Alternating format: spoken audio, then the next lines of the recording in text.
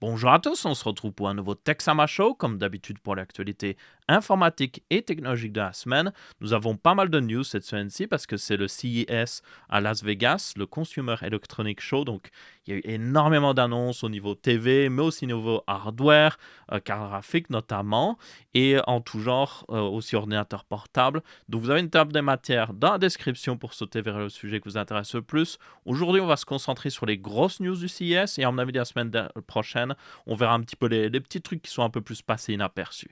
Commençons tout de suite. La première news de la semaine concerne les TV parce que c'est toujours quelque chose de très présent lors du CES. Vous avez énormément de marques de TV qui sont présentes, Samsung, LG, Hisense, TCL, tout vraiment les acteurs sont présents en général et ils annoncent leur nouveau modèle pour l'année, donc ici 2024. Et vous avez toujours un petit peu des modes, vous avez la Wika qui avait fait pas mal parler il y a quelques années, le OLED, voilà plus d'une dizaine d'années ou une dizaine d'années maintenant, ça remonte en réalité. Il y a toujours une mode et des fois ces modes se révèlent être vraiment quelque chose de très populaire comme l'OLED et puis d'autres fois beaucoup moins comme le Wika. Et une mode cette année-ci semble viser notamment les TV transparentes. Il y a aussi plusieurs TV Wika qui ont été annoncées. Pour moi, le Wika, c'est vraiment pas le plus utile. Et j'ai vu une TV Wika en réel, et je peux vous dire que pour moi, il n'y avait aucune différence avec une TV 4K. Enfin bref, les TV transparentes aussi, c'est selon moi quelque chose que je ne comprends vraiment pas. Et pourtant, il y en a plusieurs qui ont été annoncés. Le plus gros problème avec les TV transparentes, souvent, c'est qu'ils prennent une TV transparente et la mettent à la place d'une TV normale. Et je comprends pas l'intérêt parce que, comme vous pouvez voir, s'il y a de la lumière derrière ou autre chose, ça gâche la qualité d'image. En fait, tout ce qui est pixels souvent sombres, du coup qui sont éteints, ne sont pas vraiment affichés et du coup vous voyez ce qu'il y a derrière. Et ça me fait penser beaucoup aux films de science-fiction ou de séries de science-fiction où ils ont souvent des écrans transparents ou peut-être des hologrammes aussi, mais hologrammes c'est encore différent, mais ils ont souvent des fois juste des écrans transparents en deux dimensions et je trouve ça vraiment stupide parce que c'est genre t'es distrait par tout ce qui est derrière. Des fois, dans certains cas, ça pourrait être utile. Par exemple, si vous êtes dans une voiture, avoir le compteur de vitesse transparent, plutôt utile. Mais bien souvent, dans ces films de science-fiction, je trouve ça inutile. Et là, c'est pour moi la même chose. C'est pas très utile. Surtout, prendre une TV transparente et la mettre à la place d'une TV normale, à quoi ça sert en fait? Si vous la mettiez à des endroits où ça peut être utile, peut-être vous avez une vitre qui sépare, je sais pas moi, la cuisine du salon, et quand c'est éteint la TV, ben, vous voyez votre cuisine, ça laisse passer justement la lumière, et puis quand vous voulez regarder la TV, ben, ça devient une TV. Ça peut être utile, mais dans ce genre de cas-là, non, pas du tout. Il y a d'autres TV transparentes aussi qui ont été montrées d'ailleurs. Notamment, vous avez aussi des dalles micro-LED transparentes qui existent maintenant et qui sont plutôt intéressantes parce que, comme vous pouvez voir, l'OLED, ben, les pixels sont présents, il y a des LED organiques qui sont présentes et vous pouvez voir un petit peu à travers parce qu'il y a de l'espace entre chacune de ces LED et c'est ce qui laisse passer la lumière ici et qui la rend transparente du coup. Mais ça bloque quand même une partie de la lumière. Les micro-LED laissent beaucoup moins, bloquent beaucoup moins, je devrais dire, la lumière et laissent passer beaucoup plus justement celle-ci et se dire que vous avez des TV plus transparentes en micro-LED. Donc il y en a plusieurs qui ont été montrées, notamment il me semble une de Samsung et c'était assez intéressant. Mais encore une fois, si c'est juste pour l'utiliser à l'endroit où vous mettez votre TV normale, je vois pas l'intérêt. Maintenant, une news réellement intéressante au niveau des TV, et même pas juste les TV en réalité, ça concerne aussi les écrans de PC et de PC portables, c'est le fait que les dalles OLED deviennent de plus en plus bonnes. Donc il y a basiquement deux gros acteurs sur le marché à l'heure actuelle au niveau du OLED, LG et Samsung. Il y en a d'autres, mais honnêtement, ces deux-là dominent tellement le marché que les autres, on n'a même pas l'impression qu'ils sont là. Et du coup, LG évidemment a leurs dalles WOLED qui deviennent de plus en plus bonnes. Donc ça, il n'y a pas de problème avec. Ils ont une philosophie d'ailleurs un peu différente de Samsung parce que WOLED, ça indique qu'en fait vous avez 3 pixels, donc 3 LED de couleurs différentes, rouge, bleu, vert, et vous avez aussi une quatrième LED blanche qui permet de donner la luminosité basiquement. Samsung, eux, font différemment. Eux, ils n'ont pas de LED blanche, ils font la couleur blanche avec les 3 autres LED du coup, et avec du coup le CES ici, ils ont annoncé la troisième génération de leur dalle QD OLED, qui du coup utilise ce principe-là. Et d'autres, il y a beaucoup de choses derrière, hein, je tiens à le préciser, mais c'est l'une des grosses différences entre les deux marques. Et donc, cette troisième génération pourra aller jusqu'à 3000 nits de luminosité, ce qui est énorme pour une dalle OLED. Euh, Vous êtes certainement habitué avec les smartphones où les dalles OLED atteignent largement ça, depuis même pas mal d'années en réalité. Mais au niveau des TV, c'est beaucoup plus compliqué, surtout au niveau du burn-in. Parce que vous pouvez rendre une dalle OLED plus lumineuse, c'est juste que vous allez la griller très rapidement. Donc là, la technologie s'est largement améliorée au point même qu'on a maintenant des dalles OLED qui sont suffisamment lumineuse. 3000 nits, c'est suffisamment lumineux pour une pièce bien éclairée. Parce que juste à peine quelques années, LG, qui dominait le marché du OLED, je vous rappelle, leur TV allait pas plus haut que 1000 nits. Et c'est dans le meilleur des cas, avec une petite fenêtre, pas l'entièreté de l'écran, 1000 nits. Donc, ouais, sacrée amélioration à ce niveau-là. Et donc, ces dalles QD OLED vont être intégrées à des nouvelles TV, mais aussi des nouveaux écrans. Donc, il y a eu beaucoup de nouveaux écrans qui ont été présentés. J'en présenterai certainement la semaine prochaine dans le prochain Texama Show. Mais je peux vous dire, pas mal d'écrans OLED pour PC qui ont été annoncés justement lors du CES. Et vous avez certains de ces écrans qui utilisent aussi les nouvelles dalles de chez LG. Ensuite, une autre mode qui a été très présente lors de ce CES 2024, c'est évidemment les écrans pliables. Ça semble logique. Vous avez un écran portable de Asus qui a été annoncé qui est un écran pliable. Vous avez des TV pliables qui ont été aussi montrés. Donc ça, c'est intéressant, mais ça existe en réalité depuis quelques temps. Hein. Mais ils ont montré des versions un peu plus matures. Donc ça pourrait être intéressant, notamment une TV qui se plie et qui se cache, et puis après, vous pouvez la déplier et, pour regarder la TV. Ça m'intéresse déjà beaucoup plus qu'une TV transparente, même si ça coûte la peau des fesses, donc ça diminue énormément l'intérêt. Et du coup, vous avez aussi Samsung qui a montré d'autres utilisations de leurs dalles pliables. Je montre en particularité Samsung ici parce que selon moi, c'est un petit peu les leaders des écrans pliables. La plupart des téléphones pliables qui existent à l'heure actuelle utilisent des dalles pliables de chez Samsung. Donc, c'est juste pour dire que vraiment, c'est un des leaders ici. Et c'est toujours intéressant de voir ce qu'ils font. Notamment ici, ils ont montré, donc c'est un peu comme un flip, le flip qu'ils ont actuellement, qui est un téléphone qui se plie comme ça. Mais c'est un flip qui peut se plier dans l'autre sens. Donc, vous avez une vidéo ici qui le montre. Comme vous pouvez voir, ça se plie dans un sens. Il y a un petit peu d'espace d'ailleurs pour voir les notifications. Et puis après, vous pouvez plier dans l'autre sens. Alors, est-ce que c'est utile? Je ne crois pas vraiment, mais c'est toujours intéressant de voir. Ça montre qu'ils maîtrisent mieux la technologie. Ils ont montré aussi le fait que maintenant, ils ont des écrans pliables waterproof.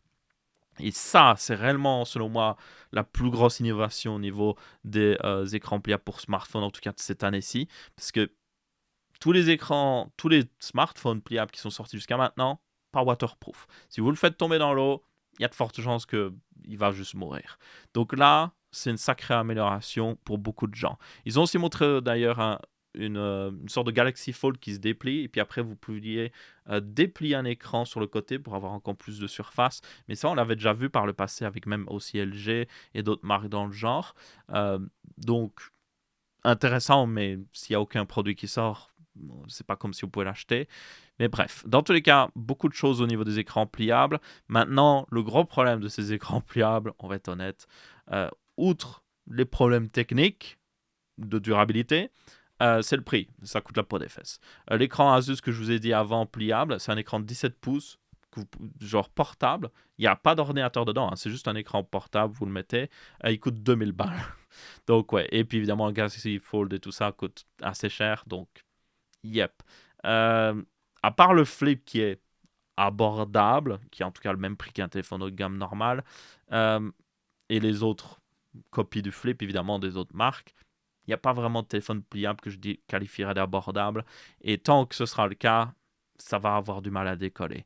La technologie, évidemment, est encore à ses débuts et ils améliorent chaque année, mais le plus important, je pense, c'est juste une réduction des coûts de fabrication qui va vraiment démocratiser les téléphones pliables pour ceux qui en veulent. Parce qu'évidemment, tout le monde ne veut pas d'un téléphone pliable, mais il y a un marché pour, et ce marché pourra se développer quand les gens pourront actuellement acheter un téléphone pliable. Ensuite, pendant le CES, il y a évidemment beaucoup d'ordinateurs portables qui ont été annoncés. On en verra certainement plus la semaine prochaine.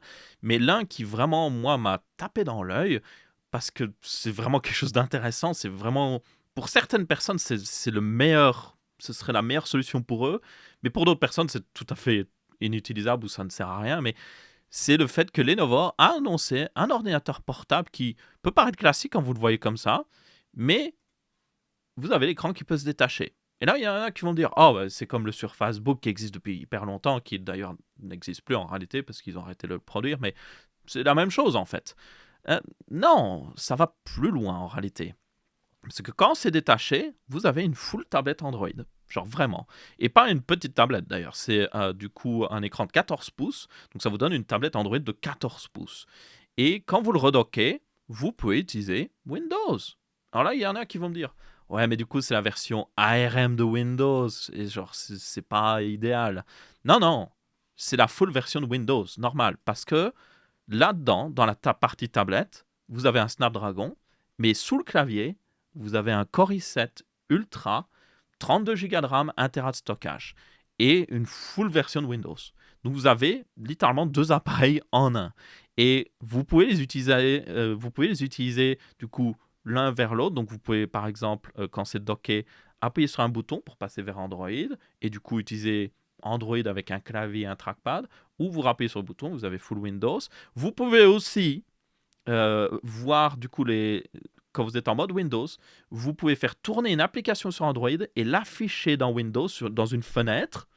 Alors, il y a déjà quelque chose qui existe comme ça, où vous pouvez émuler des applications du coup Windows dans une fenêtre. Il y a aussi le fait de pouvoir faire tourner des applications de votre téléphone et les streamer vers votre PC. Mais là, ça tourne nativement sur un Snapdragon, donc ça tourne hyper bien et c'est affiché dans Windows.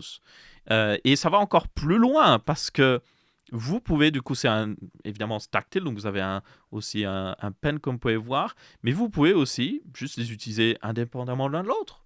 Vous pouvez brancher un écran à la base, et genre c'est un PC Windows, et puis vous pouvez à côté utiliser votre tablette Android. Donc c'est vraiment hyper spécifique, genre vraiment très spécifique. Mais pour certaines personnes, c'est exactement ce qu'ils attendaient depuis des années en fait. Et personnellement, c'est limite quelque chose que j'attendais depuis des années. Euh, le truc, c'est que les specs sont bonnes. Vous avez quand même jusqu'à un Core i7 Ultra, comme j'ai dit, 32 Go de RAM, 1 Tera de stockage, avec aussi la nouvelle partie graphique d'Intel qui est basiquement une Intel Arc, donc c'est plutôt bon à ce niveau-là, compétent même. C'est un écran de 14 pouces, OLED, 3K d'ailleurs, il me semble, c'était. Donc c'est un assez bon écran. Vous avez une batterie de 75 Wh pour la partie Windows, donc c'est très bon pour un 14 pouces. Et à côté de ça, la tablette Android tourne sur Android 13. Vous avez un Snapdragon 8 plus 1 Gen 1, donc c'est gravé par TSMC. C'est pas le dernier Snapdragon, mais c'est quand même un assez bon. 32 Go de RAM, 256 Go de stockage et une batterie de 38 Wh. Donc oui, chaque partie a sa batterie forcément, mais chaque partie a sa batterie genre full. C'est pas, oh, la batterie a été sacrifiée ou autre chose. Non, c'est tout à fait utilisable ici. Alors, ils disent qu'il y a une batterie en réalité de 75 Wh pour la partie Intel et 38 Wh pour Android. Donc, je suppose que c'est vraiment deux batteries. Après, c'est possible qu'ils cachent un petit peu la vérité que en réalité, il y a une batterie de genre 40 Wh dans la base ici, plus les 38 Wh de la tablette Android, parce que forcément, le PC Windows, vous pouvez l'utiliser avec un écran comme ça, mais voilà, c'est un peu bizarre. En réalité, vous allez souvent l'utiliser en mode docké, et là, les deux batteries sont connectées, donc peut-être que c'est comme ça qu'ils ont les 75 Wh, je ne sais pas. Mais un 14 pouces avec une vraie batterie de 75 Wh n'est pas aussi tiré par les cheveux. Il y a tout à fait la place de le mettre. Donc, je pense en réalité qu'il y a vraiment deux batteries des deux tailles indiquées ici. Mais il faudra voir évidemment quand l'appareil sortira. Il y a d'autres trucs intéressants par rapport à ça. C'est le fait que déjà, ben, vous avez du coup une batterie de plus de 100 Wh, si c'est vraiment le cas qu'il y a ces deux batteries. Et il y en a qui vont me dire, oui, mais normalement, dans les avions, vous ne pouvez pas avoir une batterie de plus de 100 Wh. C'est pour ça que tous les ordinateurs portables s'arrêtent à 100 Wh. Bien, le truc, c'est que c'est deux appareils, en fait. Vous pouvez undock la tablette, c'est deux appareils, donc vous contournez la législation là-dessus et vous êtes bon, en fait. Donc, oui, pour moi, c'est un appareil assez intéressant. L'article ici d'Ars Technica critique l'appareil, notamment le poids. parce que quand même, il faut le préciser, c'est que l'entièreté de l'appareil pèse 1,7 kg, ce qui peut paraître pas grand-chose pour un ordinateur portable, mais en réalité, pour un 14 pouces Ultrabook, c'est un peu... C'est pas le plus léger. Vous avez beaucoup d'Ultrabook à 1,2, 1,3 kg. Mais pour moi, ça reste raisonnable. Et la partie du coup Windows fait 970 grammes et la partie Android du coup fait 785 grammes. Je dirais que le vrai problème ici, c'est plutôt le fait que si vous le mettez sur vos jambes, même si c'est bien designé la charnière et tout ça, et ça semble être le cas, hein, genre l'ordi, il semble vraiment bien designé, l'écran est lourd. Donc, vous pourrez avoir un cas où, si vous êtes un peu penché, l'écran est tellement lourd que ça fait pencher l'entièreté de l'ordi. Ça pourrait tout à fait arriver, surtout que c'est un écran avec tactile. Donc, vous pourriez vous êtes dans Windows, en mode docké, vous êtes en mode, je vais cliquer là-dessus, vous appuyez, et le fait d'appuyer, vous allez mettre de la pression sur l'écran. Le poids de l'écran pourrait faire un petit peu peut-être pencher. On voit que le design sort un petit peu derrière la charnière, donc c'est peut-être pour ça qu'ils ont essayé de rééquilibrer un petit peu le poids. Donc il faudra voir, mais je pense, selon moi, que ça pourrait être l'un des plus gros problèmes à ce concept. Et enfin, le dernier truc, c'est le prix, évidemment. 2000 $ apparemment, ce sera. Et en réalité, 2000 $ pour ça va encore. C'est cher, mais ça va encore. Parce que le truc, c'est, oui, il y a des tablettes Android avec ce genre de spec pour pas trop cher. Il me semble que vous pourrez en trouver pour 400-500 € avec des specs similaires. Mais le truc, c'est que vous avez un écran de 14 pouces ici. Donc le seul écran de 14 pouces au niveau tablette Android qui existe, c'est la Samsung Galaxy S8 et S9 Ultra, les deux coûtent plus de 1000 €. Donc en réalité, si vous tenez compte de ça, si vous aviez besoin de cette tablette Android de 14 pouces, vous vouliez en acheter une quoi qu'il arrive de chez Samsung, ça peut être pas trop mal.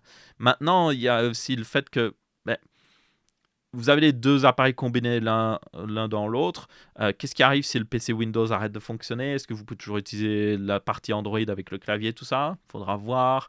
Euh, on voit clairement que on peut les utiliser à part, donc je dirais que ça ne devrait pas être trop un problème. Mais c'est quand même quelque chose qu'il faut tenir en compte. Euh, Est-ce qu'il y a vraiment un avantage à combiner les deux ensemble plutôt que d'avoir un Ultrabook et une tablette à côté? Je ne sais pas trop. Personnellement, je suis très intéressé parce que je trouve ça très intéressant. C'est même si c'est un peu plus lourd qu'un PC équivalent, ça reste assez léger et ça vous donne le meilleur des deux mondes dans un format très compact en fait. Donc pour ceux qui auraient forcément besoin d'une tablette Android et d'un PC Ultrabook Windows, pour eux, ils vont regarder ça, ils vont être en mode c'est exactement ce dont j'ai besoin. Donc, faudra voir, honnêtement. Ensuite, nous avons aussi Asus qui a annoncé un ordinateur assez particulier. En réalité, ça ressemble assez bien à ce qu'a fait Lenovo l'année dernière. Donc, comme vous pouvez voir, c'est un ordinateur avec deux écrans et vous pouvez le mettre verticalement ou même sur le côté et utiliser les deux écrans. Sauf que selon moi, Asus a pris le concept de Lenovo et l'a juste rendu bien mieux en fait. Parce que ici, comme vous pouvez voir, vous avez un clavier, un trackpad de très bonne taille, en un, que vous pouvez du coup utiliser de manière séparée, mais vous pouvez juste aussi le mettre sur l'un des deux écrans, et maintenant vous avez un Ultrabook classique de, il me semble, 14 pouces pour information, 14,5 pouces, donc un assez bon Ultrabook, genre c'est tout à fait utilisable comme ça. Et puis après, quand vous avez besoin de plus d'écran, vous retirez du coup le clavier et le trackpad, vous pouvez toujours les utiliser, et vous pouvez mettre les écrans comme ça, ou les mettre, genre comme vous pouvez voir, surélevés, donc ça un autre intérêt, ça surélève l'écran principal devant votre tête. Vous n'êtes pas obligé de regarder en bas, vous pouvez regarder devant vous.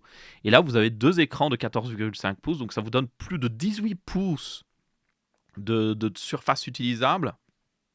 Et ces écrans genre, sont même très bons. C'est des écrans LED de 2,8K qui peuvent aller jusqu'à 120 Hz. Donc vraiment, ils ont pris le concept de Lenovo ici, ils l'ont rendu tout à fait bon. Genre, c'est pas pour tout le monde, mais pour certaines personnes, au niveau productivité, c'est juste génial en fait. Moi, je vois que bien souvent, j'ai besoin de deux écrans. Surtout quand j'enregistre une vidéo comme ça. Quand je fais un Texama Show, j'ai évidemment les articles devant moi, mais j'ai aussi OBS sur mon second écran pour monitorer, voir si tout va bien. Et bien ça me permettrait de, quand je suis pas chez moi, de faire ça tout à fait facilement en fait. Donc c'est très intéressant. Après, c'est un Ultrabook de 14 pouces, vous n'avez pas vraiment une partie GPU dédiée. Ça utilise les nouveaux Core Ultra, donc qui sont pas trop mal, hein, avec notamment la partie graphique, mais ouais, c'est évidemment pas au niveau d'un vrai ordinateur avec une carte graphique dédiée. Et aussi, le poids est de quand même 1,65 kg avec le clavier, ce qui est raisonnable pour deux écrans en réalité. On l'a vu avant, hein, l'Ultrabook de Lenovo avec une partie Android était plus lourd que ça, donc en vrai, ça va totalement. C'est vraiment quelque chose de très intéressant. C'est pas pour tout le monde, mais pour ceux qui en auraient besoin, ça pourrait être très bon. Je verrais bien aussi s'ils pouvaient faire une version 16 pouces. Alors là, ouf, une version 16 pouces avec un GPU dédié. Imaginez quand vous avez besoin du coup de plus de surface, vous avez deux écrans de 16 pouces. Ça vous donne basiquement genre plus de 20 pouces d'écran utilisable. Avec un GPU dédié, ce serait juste génial. Donc j'espère qu'ils feront une version 16 pouces aussi, ce qui est tout à fait possible parce que du coup ça c'est le nouveau ZenBook Duo. Le ZenBook Duo avant en fait avait, si vous vous souvenez, cet écran pas très haut mais très large qui mettait juste devant le clavier. C'était sympathique, mais ici ils ont évidemment été beaucoup plus loin. Mais ils ont aussi un ZenBook Duo, il me semble, de 16 pouces. En tout cas, ils ont des ZenBook avec deux écrans comme ça de 16 pouces, donc ce serait pas si tiré par les cheveux qu'ils fassent une version 16 pouces avec deux écrans de 16 pouces. Donc on verra bien, ma foi, peut-être pas cette année-ci, peut-être l'année prochaine, mais ça pourrait être intéressant pour certaines personnes en tout cas. Ensuite, on a une news comme quoi MSI a vu Asus, ils étaient en mode hey, nous aussi, on va faire du coup une console portable.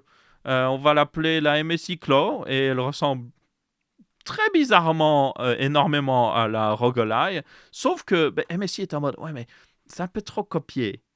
Je sais. On va mettre un processeur Intel à la place d'un processeur AMD dedans. Alors, pour certaines personnes, ça pourrait paraître être une mauvaise décision, mais en réalité, ça utilise les nouveaux Core Ultra qui utilisent une partie graphique Intel Arc qui est pas dégueulasse en vrai. Dans des benchmarks, ça a été montré que cette partie graphique est aussi bonne, voire même meilleure des fois que ce que fait AMD dans notamment la ROG Ally. Donc en vrai, c'est pas un si mauvais choix. Un autre choix intéressant, c'est que les joysticks et même les boutons apparemment utilisent du coup le système Halo Effect. Donc c'est un système différent pour détecter les mouvements du joystick qui évite totalement le joystick drift. Donc au bout d'un an, le joystick sera toujours le même, vous n'aurez pas de drift dessus, donc ça c'est très intéressant. Euh, Ce genre de joystick à Halo Effect peut être rajouté par exemple sur le Steam Deck, vous pouvez en acheter et les rajouter par vous-même, mais c'est pas toujours disponible sur tous les appareils, notamment la ROG Ally, il me semble que vous pouvez pas encore en acheter pour. Alors, il faut rappeler toutefois que Valve avait indiqué qu'ils avaient considéré ça pour le Steam Deck, mais que pour eux, la durabilité n'était pas encore assez bonne. Donc visiblement, il y a peut-être un problème de durabilité avec que ça refroidit Valve. Il faudra voir. Mais dans tous les cas, c'est plutôt bien conçu, comme vous pouvez voir. Ils ont aussi mis une batterie assez haute capacité. Il me semble qu'elle est un peu plus de 50 Wh, donc c'est vraiment pas mal. Et on a un très bon système de refroidissement avec deux ventilateurs. Il y a aussi un slot SD pour étendre le stockage, à voir s'il ne surchauffe pas ce slot SD, hein, Asus. Et vous avez un écran de 7 pouces, 120 Hz, Full HD, IPS, donc c'est vraiment pas mal. Donc oui, 53 Wh d'ailleurs. Donc ouais, ça semble être un appareil plutôt bien designé en vrai, même si évidemment certaines personnes vont être refroidies par le processeur Intel. Mais encore une fois, au niveau puissance, c'est pas très loin de ce que fait AMD. Je dirais le plus gros problème, c'est plus au niveau des drivers en réalité. Euh, il y a certains jeux qui juste ne fonctionnent pas hyper bien avec les cartes graphiques Intel encore à l'heure actuelle. Donc c'est là où vous auriez un problème. AMD a juste une meilleure stabilité à ce niveau-là, même si beaucoup de gens considèrent qu'AMD n'est pas très stable au niveau driver. Croyez-moi, euh, AMD fait un très bon travail et surtout, vous pouvez jouer à des très vieux jeux sur un processeur, ou plutôt un processeur graphique AMD, ça fonctionnera sans aucun problème. Et c'est souvent un cas d'utilisation pour ces appareils mobiles. Les anciens jeux qui sont pas très lourds à faire tourner sont parfaits pour ça. Donc là, un processeur Intel n'est pas forcément le meilleur choix. Ensuite, on a une news au niveau de Asus qui a du coup sorti leur premier Intel Nuke depuis qu'ils ont repris la marque à Intel. Donc, ce premier Intel Nuke est ce premier Asus Nuke est le Rogue Nuke. Et bonne nouvelle, selon moi, c'est le fait que Asus est revenu en arrière sur ce qu'avait fait Intel. Le problème des Intel Nuke, selon moi, c'est que je pense qu'ils écoutaient peut-être trop les retours des gens qui étaient en mode « Oh, l'Intel Nuke est bien, mais j'aimerais pouvoir mettre ma grosse carte graphique, j'aimerais pouvoir mettre ça. » Et du coup, chaque année, en fait, l'Intel Nuke devenait de plus en plus grand, en tout cas la version extrême. Il y avait évidemment toujours des petites versions. Et du coup, on est passé du modèle 12, qui était dans un châssis, il me semble, de 7 litres, qui est toujours très compact. Il y a très peu de PC Minitix qui arrivent à ce niveau-là. Donc ça allait encore à l'Intel Nuke Extreme 13 qui lui était de genre, il me semble, 11 litres ou quelque chose comme ça. Donc plus grand et plus cher, parce que c'était aussi le problème des Intel Nuke, que beaucoup de PC Mini TX que vous pouviez faire. Donc quel est l'intérêt à ce niveau-là? Vous pouviez acheter votre boîtier, vous faire un PC Mini TX pour moins cher, qui était plus petit. Donc, et qui avait autant de fonctionnalités. Donc, quel est l'intérêt? Donc ici, c'est bien de voir un retour en arrière vers le principe des Intel Nuke. Les Intel Nuke sont censés être des PC ultra compacts. Donc là, il fait 2,5 litres. Il a jusqu'à un Core Intel Ultra 9, mobile évidemment, et jusqu'à une RTX 4070, mobile aussi. Donc, des specs pas dégueulasses, des specs similaires à un ordinateur portable. Certaines personnes d'ailleurs vont dire autant prendre un ordinateur portable. Je comprends, mais l'intérêt ici, c'est que c'est plus épais qu'un ordinateur portable, mais plus petit évidemment. Donc c'est mieux refroidi. Tout simplement, ils peuvent mettre vraiment un vrai radiateur par-dessus. Et donc ça vous donne un PC qui reste silencieux, ce ne sera pas le plus silencieux, mais qui reste silencieux, bien refroidi et qui vous donne beaucoup de puissance. Et vous pouvez l'accrocher derrière une TV, derrière un écran, le planquer quelque part, le transporter dans votre sac à dos. C'est l'intérêt des Intel Nuke selon moi. C'est beaucoup de puissance, facile à transporter, facile à cacher quelque part. Donc ma foi, c'est selon moi réussi. Il faudra voir évidemment le prix. Il ne me semble pas qu'ils l'ont indiqué. Non, pas de prix pour le moment. Le prix, ça va vraiment être le gros point important. Et en général, Rogue n'est pas connu pour être les moins chers, on va être honnête.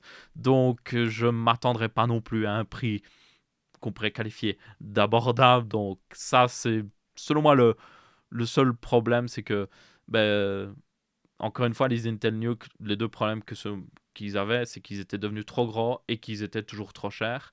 Là, au moins, on est revenu à quelque chose de plus petit, mais je pense qu'on va toujours avoir le problème du prix. Donc, faudra voir. Ensuite, on a une news au niveau streaming sur le fait que Nvidia, Twitch et OBS ont travaillé sur une fonctionnalité qui va vous permettre de basiquement streamer 5 flux vidéo différents vers une seule chaîne Twitch. Et quel est l'intérêt, vous allez me dire? Eh bien, ça vous permet d'avoir un flux vidéo pour les mobiles en 480p, un flux peut-être pour une tablette en 720p, un flux pour un ordinateur portable en 1080p, un flux pour un plus gros écran en 1440p et même un flux pour votre TV ou autre chose en 4K jusqu'à 60 fps. C'est en réalité une solution à un problème que Twitch introduit eux-mêmes parce que Twitch, si vous ne savez pas, vous pouvez streamer sur Twitch, vous avez la qualité originale de Twitch, du coup, quand vous regardez en original sur Twitch, c'est ce qu'envoie littéralement le streamer, c'est le même flux vidéo qui est envoyé depuis leur PC et qui n'est pas remodifié par Twitch, qui n'est pas réencodé, contrairement à YouTube. Mais ça veut dire aussi que, du coup, si le streamer est un petit peu trop généreux au niveau du bitrate ou autre chose, mais c'est un peu trop lourd pour les gens qui regardent. Donc c'est là que vous avez aussi le transcoding. Donc ils prennent ce flux et puis le remettent en plus basse qualité. Mais des fois c'est limité en fait. Si vous commencez à streamer sur Twitch maintenant, vous n'aurez pas forcément le transcoding d'activer. Et du coup, les gens pourront seulement regarder votre flux source. Et ça, c'est un énorme problème pour ceux qui ont une petite connexion.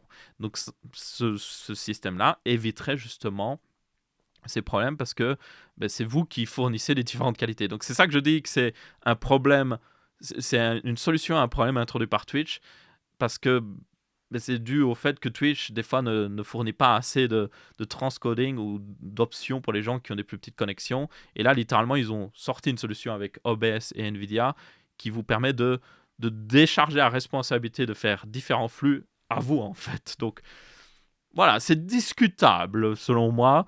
C'est vraiment, oui, Oh, on n'a pas assez de différentes qualités pour tout le monde. Oh, laissons le streamer le faire. Tiens, voilà une fonctionnalité qui permet de le faire. Mais bon, c'est quand même une bonne nouvelle parce que déjà, c'est aussi accompagné par la news que Twitch va vous permettre de streamer en AV1 maintenant. Donc ça, c'est génial. Donc vous pourrez envoyer un flux AV1 vers Twitch. Donc vous pourrez faire du 4K et du 1440p avec un bitrate très limité. Ça veut dire aussi que forcément, si vous pouvez envoyer 5 streams à la fois, vous devez bien vous en douter, ça utilise beaucoup plus de bitrate. Donc la limite de bitrate de Twitch va être augmentée pour justement supporter ça. Donc ça veut dire aussi que vous pourrez streamer en meilleure qualité, même sans le AV1, vers Twitch, même avec juste un seul flux vidéo. Donc ça, c'est plutôt cool. Et c'est à peu près tout en fait au niveau des trucs sympathiques. C'est quand même, quoi qu'il arrive, une bonne chose. Je dirais que streamer 5 flux à la fois n'est peut-être pas le plus utile, surtout le 4K.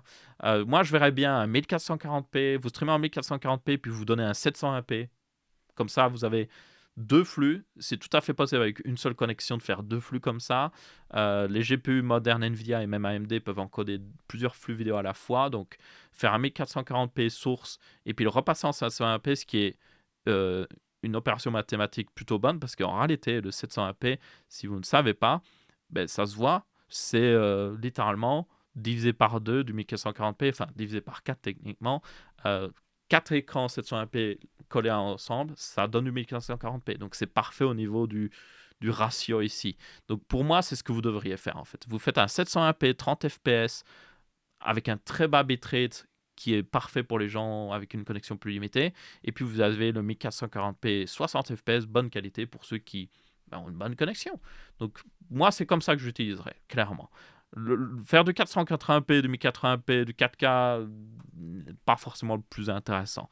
Donc ouais, à voir évidemment ce que ça donnera, mais une bonne chose pour le streaming. Ensuite, on passe à des news au niveau hardware, et la plus grosse news de la semaine au niveau hardware, c'est évidemment le fait que Nvidia a annoncé leur RTX 4000 Super. Donc c'était basiquement ce qu'on avait vu au niveau des leaks. Nous avons la 4080 Super, la 4070 Ti Super et la 4070 Super. Ces 3 nouvelles cartes prennent basiquement la place des cartes qu'elles sont censées remplacer, au point même que la 4080 non Super va cesser d'exister, la 4070 Ti non super va aussi cesser d'exister. La seule qui survivra, c'est la 4070 non super qui va baisser de prix. Et donc, ça donne une line-up similaire, Ça donne cette line-up là, selon Nvidia. Vous aurez la 4090 en mode ultra haut de gamme, ultra cher. La 4080 super à $999, qui est une baisse de prix. Donc oui, on va en parler un petit peu après, mais elle a baissé de prix. La 4070 Ti Super prendra le même prix que la 4070 Ti. La 4070 Super prendra le même prix que la 4070. Et puis la 4070 baissera de $50. Ce qui n'est pas une énorme diminution, on va en parler après. Et oui, la 4060 Ti continuera d'exister à $399, forcément. Mais ça veut dire aussi que la version 16 Go continuera d'exister, pratiquement au même prix que la 4070, ce qui est un petit peu bizarre, donc on va voir ce que ça donnera. Enfin bref. Du coup, ces 3 nouvelles cartes ont des specs très différentes, on peut le dire. Comme vous pouvez voir, alors Nvidia s'est amusé à comparer au 3080 Ti et au 2080 Super, ce qui est une comparaison logique pour ceux qui ont ces cartes-là et qui attendent d'upgrade, mais évidemment, nous, on veut aussi voir par rapport aux cartes disponibles sur le marché à l'heure actuelle, ce qui est selon moi une comparaison tout aussi importante. Mais du coup, au niveau des specs, je vous rappelle que du coup, la 4080 Super a juste une petite augmentation au niveau des coups d'accord. Elle a aussi du coup la GDDR6X, la plus rapide du marché, qui passe à 23 Gbps, donc ça lui permet d'avoir un peu plus de bande passante. La 4070 Ti Super est celle qui a la plus grosse upgrade ici. Elle passe à 8448 coups d'accord. Elle passe aussi à 16 Go de GDDR6X. Parce que basiquement, cette 4070 Ti Super maintenant utilise le même GPU que la 4080 et la 4080 Super, avec évidemment moins de coups d'accord, une version castrée, on peut le dire, et du coup devient réellement une 4080 12 Go, sauf qu'elle a 16 Go. Parce que je vous rappelle que la 4070 Ti était censée être une 4080 12 Go. Si Nvidia avait continué avec ce plan extrêmement stupide, selon moi, heureusement que tout le monde a dit que c'était stupide et qu'on a réussi à leur faire changer d'avis. Mais dans tous les cas, maintenant, la 4070 Ti Super est réellement, techniquement, une 4080 Lite. Donc, ma foi, elle existe maintenant. Et du coup, c'est vraiment celle qui a la plus grosse upgrade ici au niveau des specs. Et puis la 4070 Super a une upgrade pas dégueulasse. Elle a notamment beaucoup plus de coups d'accord. Elle passe de 5888 à 7168. Et vous avez du coup toujours 12 Go de GDDR6X à la même vitesse. Donc ça, à voir si ça fait la différence. La 4070 Super vraiment est un mélange de la 4070 et la 4070 Ti. Genre vraiment, c'est un juste milieu, comme vous pouvez voir ici au niveau des specs. Donc, des choses assez variables, on peut le dire. Vous avez basiquement plus pour le prix, et la seule carte qui n'a pas beaucoup plus pour le même prix, elle a en fait baissé de prix, et c'est la 4080 Super. Donc ici, ça devrait vraiment donner plus d'options aux gens pour le même prix, ou faire diminuer les prix, en tout cas pour ceux qui voulaient un certain niveau de puissance. Ça va évidemment forcer AMD à réajuster leur prix à coup sûr. Donc ça va donner pas mal de mouvements sur le marché des cartes graphiques. Et comme je disais, du coup, les 4080 et 4070 Ti vont disparaître. On a aussi du coup les prix en euros, parce que vous pouvez aller sur le site Nvidia, les cartes sont listées sur les Nvidia France en euros, et donc on sait du coup les prix. Forcément, 599 $ ne donne pas 599 €, c'est plus 659, ce qui est basiquement le prix de la 4070 à sa sortie pour la 4070 Super ici. Vous avez du coup la 4070 Ti Super qui coûtera 889 €, ce qui est le même prix que la 4070 Ti techniquement. Et puis la 4080 Super coûtera 1109 €. Donc au niveau des prix, il y aura réellement une baisse pour la 4080, du coup ici, super, parce que la 4080 non super, elle, si vous regardez, donc là c'est GPU Tracker, ça montre les meilleurs prix que vous pouvez trouver en Europe. Basiquement, il y en a une à 1155 €, mais je ne suis pas sûr que vous pourriez l'acheter sur ce site. Basiquement, si vous pouvez l'avoir pour 1200 €, c'est l'un des meilleurs prix. Donc, réellement, on aurait une baisse d'une centaine d'euros sur cette 4080 Super, avec une légère augmentation de la puissance aussi. Donc, ça pourrait être intéressant pour mieux concurrencer la 7900 XTX. Sauf que tenez compte que la 7900 XTX, si on va sur GPU Tracker encore une fois, bien celle-ci coûte au moins cher, en dessous de 1000 €. Et il y a déjà eu une promotion aux États-Unis qui l'a fait descendre, pour information, à 799 $, genre hier, par rapport au moment où je tourne cette vidéo en tout cas. Donc ça veut dire que AMD certainement est prêt à baisser les prix, et que les constructeurs aussi vont ajuster les prix en conséquence. Pour moi, ça ne m'étonnerait pas qu'elle passe clairement en dessous de la barre des 1000 €. Pas juste genre certains modèles sont en dessous de 1000 €, non, clairement en dessous de la barre des 1000 € pour juste casser l'offre ici, en tout cas essayer de casser l'offre d'NVIDIA. Et puis après, les autres cartes, comme notamment la 7900 XT, qui n'a jamais été une très bonne valeur, elle devrait continuer de chuter au niveau prix, parce que là, forcément, avec une 4070 Ti Super qui a une sacrée upgrade au niveau des specs, pour le même prix maintenant, et avec plus de RAM et tout ça, oui, ça va la faire diminuer au niveau prix. Là, ça ne m'étonnerait pas qu'elle se rapproche des 700 €. Et puis après ça, vous avez évidemment la 4070 Super qui devrait concurrencer la 7800 XT. Après, à voir si vraiment ça fait une énorme concurrence, parce que la 7800 XT est quand même beaucoup plus puissante que la 4070, qui est au même prix, enfin même qui est plus cher. Donc ici, pas sûr que AMD ait besoin de réajuster leur prix. Le seul truc qui pourrait réajuster le prix, c'est la 7700 XT, qui est toujours très mauvaise au niveau prix, hein, on va être honnête, qui devrait clairement coûter 450 €. Enfin bref, dans tous les cas, attendez-vous à du mouvement au niveau prix, surtout dans l'ultra haut de gamme, pas forcément au niveau des 4070 et tout ça. Parce qu'un autre truc aussi, c'est que vous pourriez vous dire, ah ben la 4070, maintenant on va baisser de prix, hein, elle a baissé de 50 $.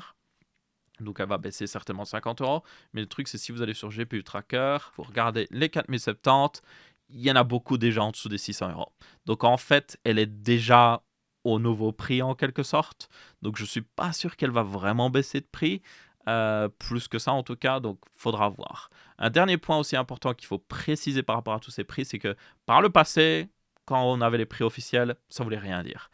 Mais depuis évidemment les sorties des 4060, notamment Ti et 4060, Nvidia a un petit peu forcé la main, ou en tout cas a conseillé les constructeurs de toujours avoir un modèle qui respecte ce prix-là.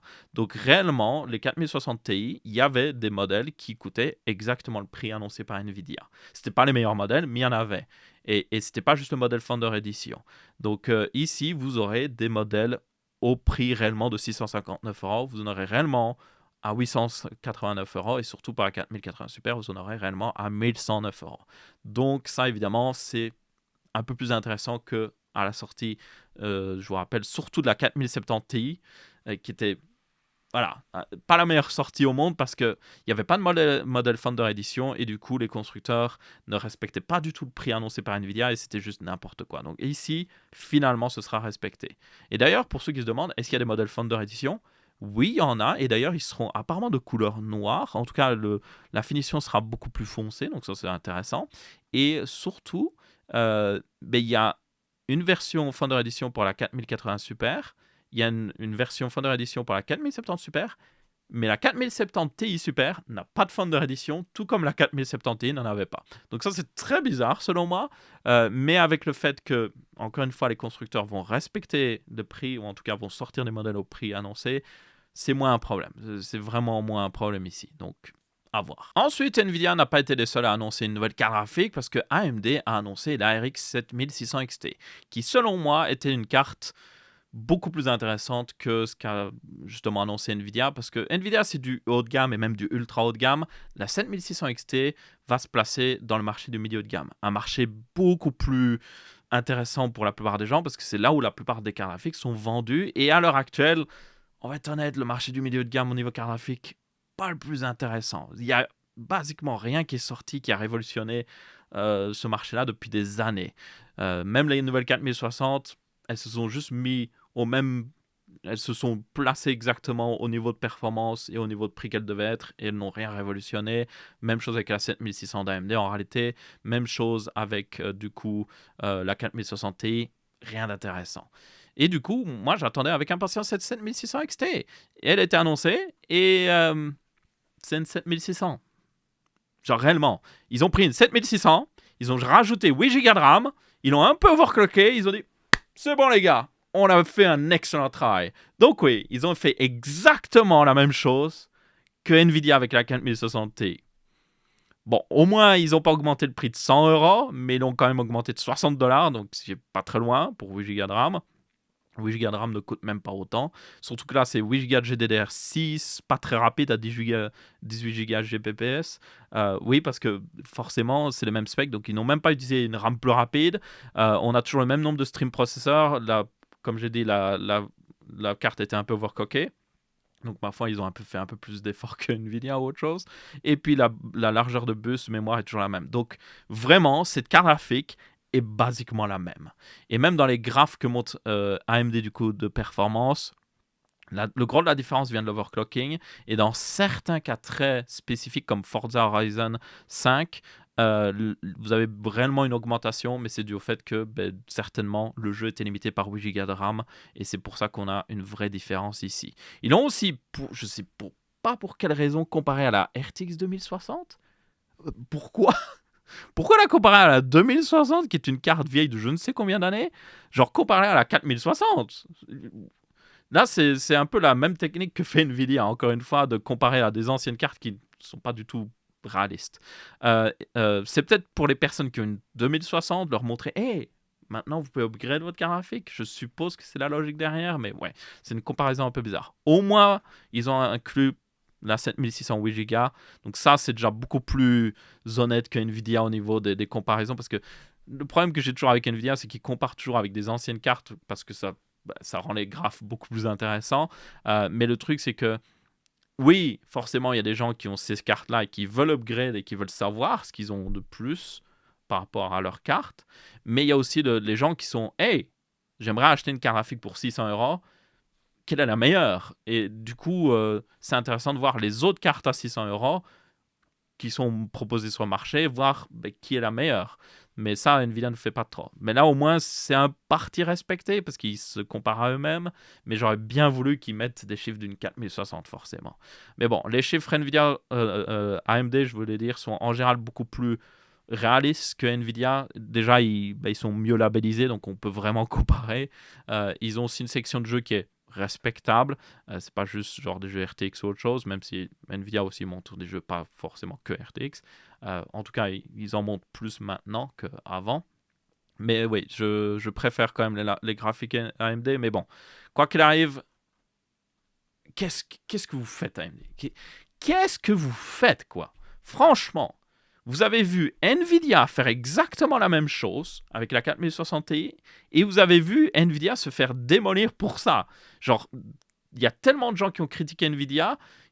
AMD a vu ça, ils se sont dit oh, on va faire la même chose. Excellente idée. Alors, il y a quand même des différences, on est d'accord. C'est une carte plus abordable qu'à 4060 Ti. C'est aussi, du coup, vous n'avez pas cette drôle de situation où la 4060 Ti est pratiquement au même prix qu'une 4070, tout en étant beaucoup moins puissante.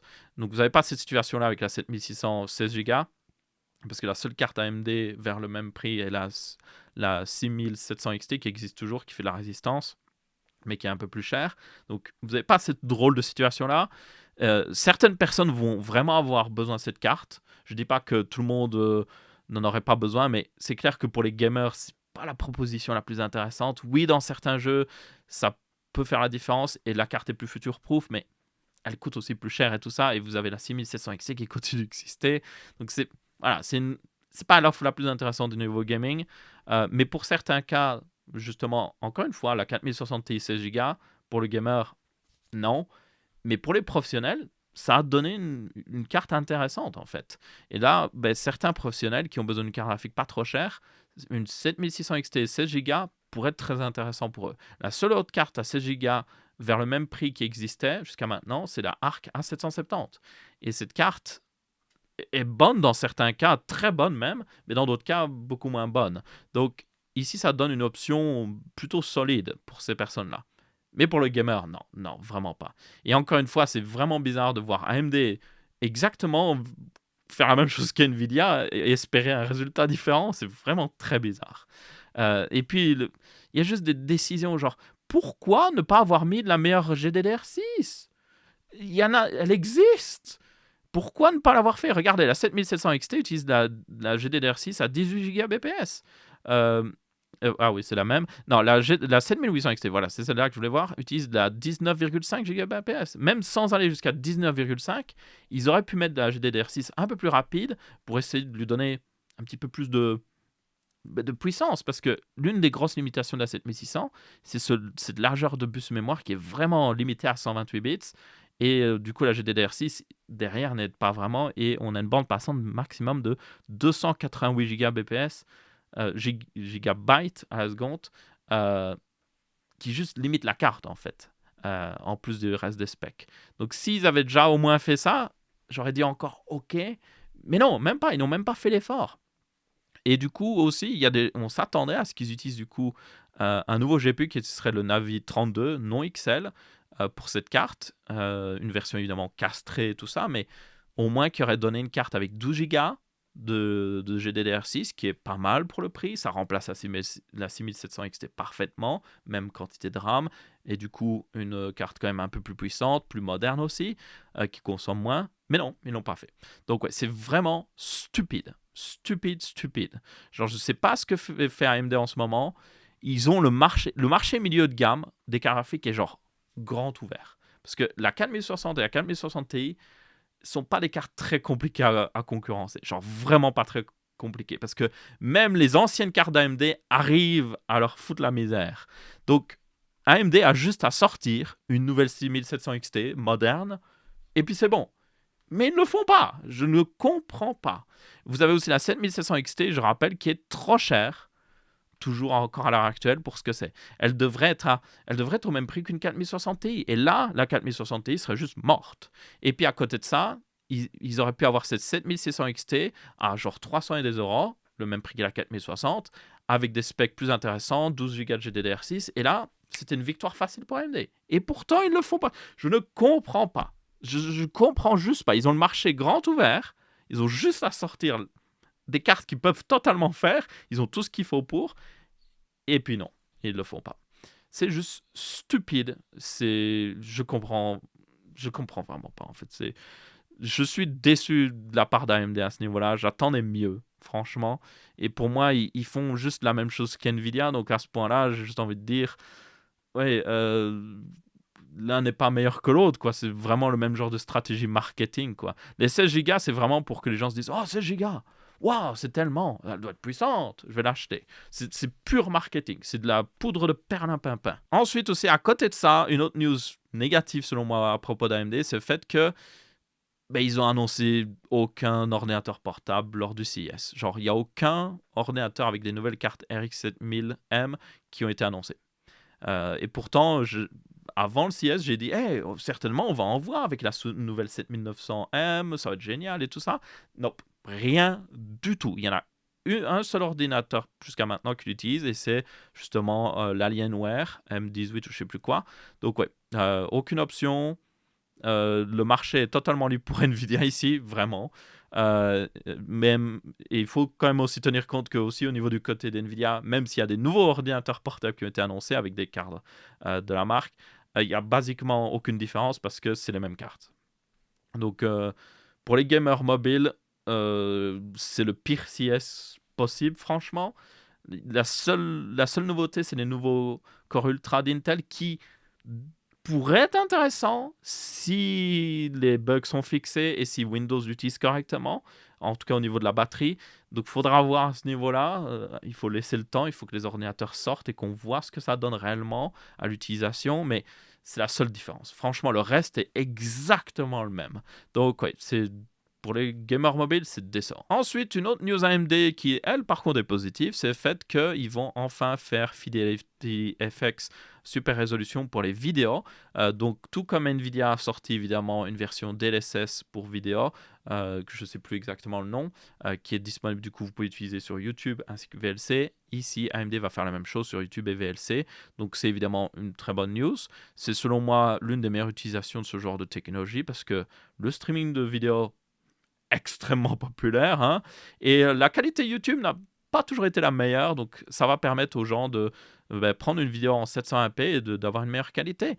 Donc une bonne chose quoi qu'il arrive. Hâte de voir ce que ça donne et quand ce sera disponible pleinement, je n'hésiterai pas à vous faire une comparaison par rapport à la solution d'NVIDIA et même aussi la solution d'Intel qui existe aussi. Ensuite, on a une news follow-up par rapport à la semaine dernière, il me semble c'était, oui, sur le fait que du coup Micron a annoncé le premier module LPCAM 2 que vous pourrez acheter et mettre dans un ordinateur portable qui en tout cas le supporte. Et du coup le LPCAM 2, je vous rappelle, c'est un format qui a été lancé par Dell mais qu'ils ont rendu disponible pour tout le monde afin de pouvoir pas révolutionner, mais améliorer un gros problème avec les modules SODIMM actuels. C'est le fait que déjà, ils sont très épais. Donc, si vous voulez beaucoup de RAM dans un Ultrabook, bonne chance. Et puis aussi, ils sont très mauvais au niveau, en tout cas, latence pour la DDR5, parce que certaines puces sont trop loin du processeur et du coup, la latence est trop importante et vous ne pouvez pas atteindre d'aussi haute vitesse. Bien souvent, vous êtes limité à 5600, voire 6000 mégatransferts ou mégahertz si vous préférez. Et du coup, c'est juste pas assez en fait. Maintenant, vous avez des modules de RAM DDR5 qui dépassent largement les 8000 mégatransferts. On n'en a pas forcément sur des portables, ça limite les performances. Le module LCAM, LPCAM en tout cas, a pour but de justement régler ce problème-là. C'est exactement la solution que devrait aussi utiliser Apple avec leur puce M1, M2 et M3, où la RAM est soudée directement avec le processeur, parce que selon, encore une fois, Apple, c'est pour la latence, c'est pour la bande passante mémoire, ce qui est vrai en réalité, en partie, mais un tel module utilisé par Apple, s'ils l'utilisaient en tout cas, ou en tout cas leur version, parce que je ne dis pas qu'ils doivent utiliser un truc disponible pour tout le monde, ils peuvent aussi faire leur version propriétaire, ça ne me dérange pas. Tant qu'on a l'option de changer la RAM, ce serait déjà beaucoup mieux que de la RAM soudée. Ils pourraient faire la même chose et justement toujours avoir une très bonne bande passante et une très bonne latence pour leurs puces M1, M2 et M3 et même des puces futures, tout en donnant l'option justement de pouvoir upgrade la RAM. Parce que ça, c'est le plus important. La solution jusqu'à maintenant des constructeurs, c'était de souder la RAM. Parce que bah, si c'était le module sodium était tellement épais que, ils n'avaient pas le choix des fois de juste souder la RAM et aussi pour les performances comme j'ai dit, c'était juste mieux de souder la RAM des fois parce que comme ça on pouvait la mettre juste à côté du processeur. Donc là, ça règle ces deux problèmes et j'espère que ça va inspirer le marché de justement utiliser ça. Et aussi, peut-être avec un petit coup de pouce de l'Union européenne et d'autres gouvernements, peut-être forcer aussi un petit peu Apple à adopter une solution similaire. Encore une fois, ils peuvent faire leur version propriétaire. Tant qu'on a l'option, c'est déjà mieux que rien. Parce que si vous avez un MacBook M1 maintenant, si vous voulez plus de SSD, si vous voulez plus de RAM, vous devez changer l'entièreté du MacBook, ce qui est de la folie, franchement, au niveau juste écologique. C'est juste de la pure folie. Je sais même pas encore, je sais pas comment Apple arrive à justifier de. D'un côté, ils font des trucs écologiques très intéressants, et puis d'un autre côté, ils font ça, quoi. C'est comme si vous étiez en mode, moi, je suis très écologique. Je roule pas en voiture, j'ai un vélo. Bon, j'ai mis un moteur à essence sur mon vélo. C'est vraiment ça, en fait. Vous roulez un vélo, mais en fait, vous avez un moteur diesel sur votre vélo, donc oui, t'es écologique, mais pas vraiment en fait. Donc ouais. Même en réalité, c'est pire. Ici, ce que fait Apple, c'est largement pire parce que vous devez remplacer l'entièreté de l'ordinateur pour avoir plus de RAM ou de stockage. Quoi. Vous vous rendez compte? Au moins pour le stockage, quoi. Parce que la RAM, encore, vous pourriez vous dire, ok, Apple, ton raisonnement est en partie logique, mais pour le stockage, il n'y a aucune justification de le mettre sur la carte mère. Zéro. Vraiment zéro. Ils ont la justification de la sécurité, mais même ça, c'est faux parce que le Mac Studio M1, non, c'était juste sur M2, il me semble. Non, quoi qu'il arrive, le Mac Studio, vous pouvez retirer le SSD, mais c'est juste des puces mémoire en fait, parce que la partie intelligente du SSD est gérée par le processeur en fait. Donc c'est possible de le faire, c'est possible d'upgrade le SSD. C'est juste que Apple ne veut pas le faire parce que ça fait plus d'argent. Donc ouais, enfin bref, je sais pas comment j'ai dérivé totalement de cette news vers Apple, mais réellement, ce module-là, pour moi, ouvre la porte à ça. Et c'est un très bon exemple aussi pour les politiciens. Ils peuvent utiliser cet exemple-là, dire hey, si c'est possible de le faire, pourquoi vous ne le faites pas, Apple, pour la RAM? Ensuite, on a une news au niveau d'Intel qui a annoncé les nouveaux processeurs de 14e génération non-K, ainsi que les versions mobiles HX. Donc, basiquement, tous les ordinateurs portables gaming annoncés lors du CES, soit utilisent les nouveaux Core Ultra, qui eux sont différents encore, hein, je rappelle. Ils ont techniquement les mêmes cœurs, mais la configuration des cœurs est différente parce qu'ils ont haute performance, haute efficacité énergétique, et puis ils ont deux cœurs ultra haute efficacité énergétique qui sont séparés et qui, dans certains cas, donnent vraiment des résultats très intéressants. Non, ici, c'est la version pure bête gaming, donc c'est basiquement la même chose que la 13e génération. Genre, il y a zéro différence. Donc, yep, ne vous attendez pas à grand chose. Et même chose pour la version du coup non K pour PC fixe ici, c'est basiquement la même chose qu'à la 13e génération. On verra bien au niveau des prix. Franchement, ça se joue au niveau des prix. S'ils sortent à un bon prix, ok, génial. C'est une bonne offre pour le consommateur. Mais s'ils sont trop chers par rapport surtout à la deuxième génération, je rappelle, ce 12400F genre il était à 160 euros, si je me souviens bien. C'est imbattable. Franchement, c'est imbattable. Donc ouais, s'ils n'arrivent pas à concurrencer ça, ben oui, pour moi, ce ne sera pas intéressant de les acheter.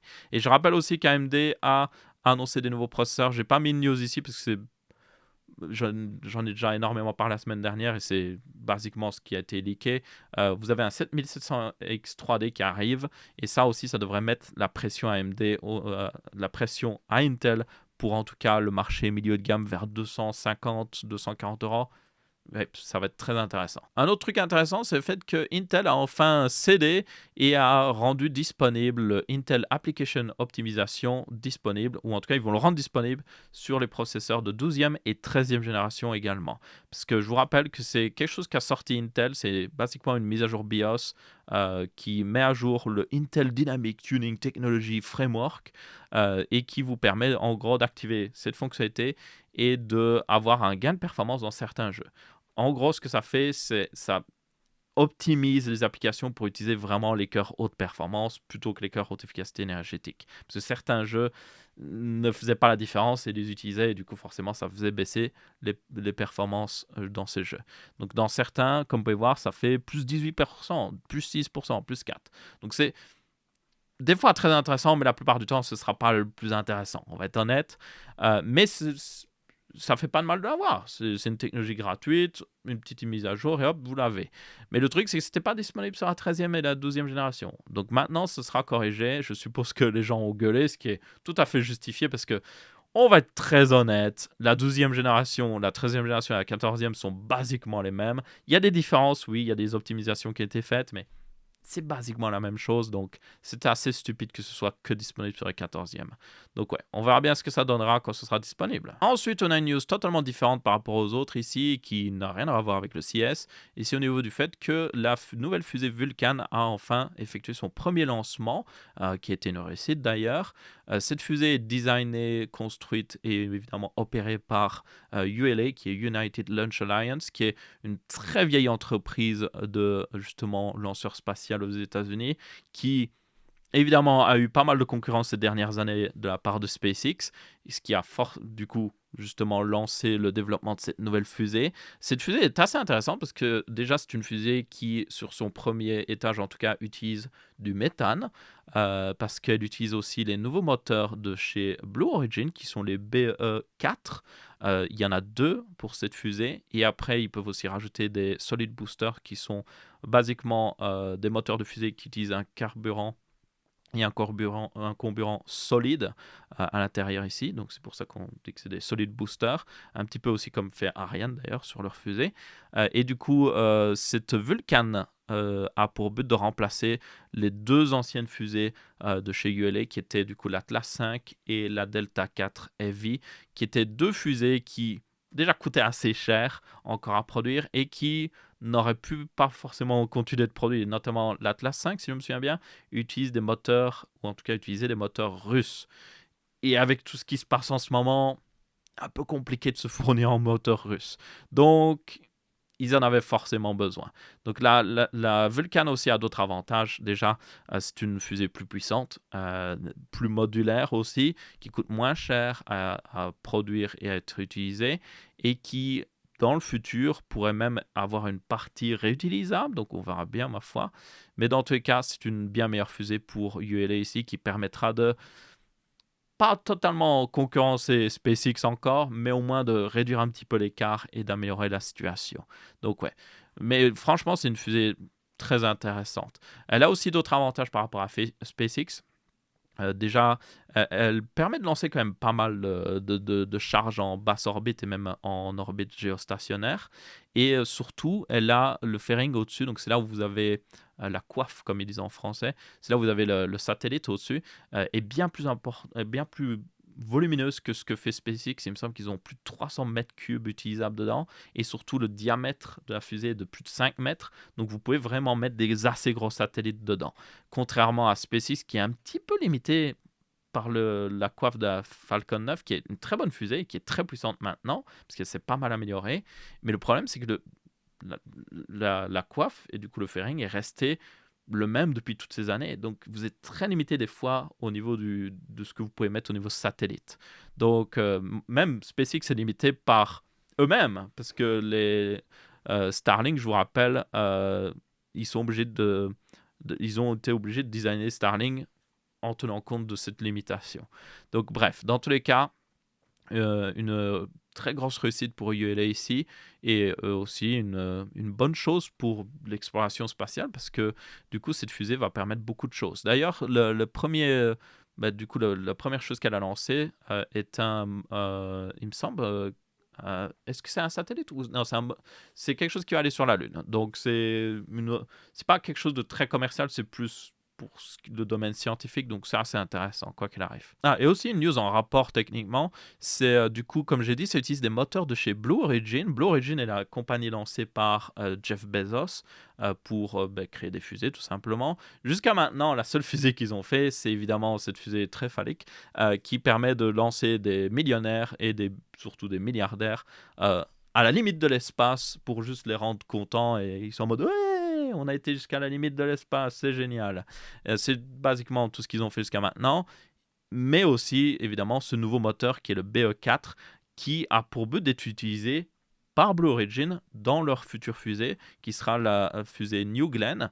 Et cette New Glenn, il y a un premier prototype qui a été du coup vu dans la nature, on peut le dire. Vous avez une image ici sur SpaceX, sur Twitter, sur X.